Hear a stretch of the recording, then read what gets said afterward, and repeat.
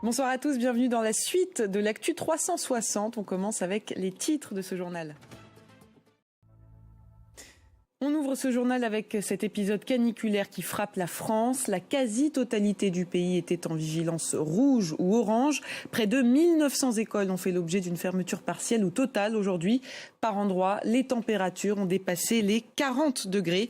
À 18h, la température était encore de 39 degrés à Paris. Un reportage de Pierre-Yves Salic.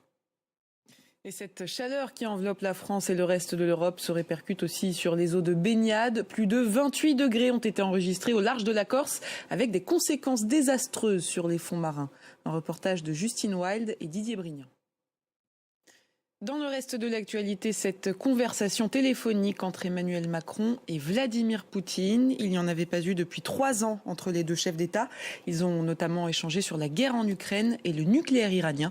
Le président français a notamment appelé à un cessez-le-feu dans les meilleurs délais en Ukraine.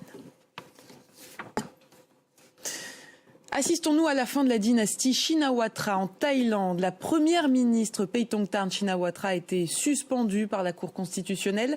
Des sénateurs conservateurs l'accusent d'avoir enfreint les standards éthiques mentionnés dans la Constitution. Elle risque une destitution. On écoute les précisions de notre correspondant à Bangkok, Constantin Simon.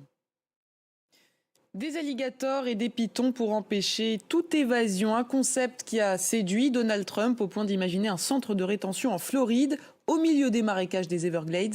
Le président américain a visité aujourd'hui cet établissement destiné aux immigrés clandestins. Le récit de Nicolas Chamontin. Retrouvez tout de suite le journal de l'Afrique présenté par Meriem Amelal. Elle reviendra notamment sur cette condamnation à 5 ans de prison de Boualem Sansal.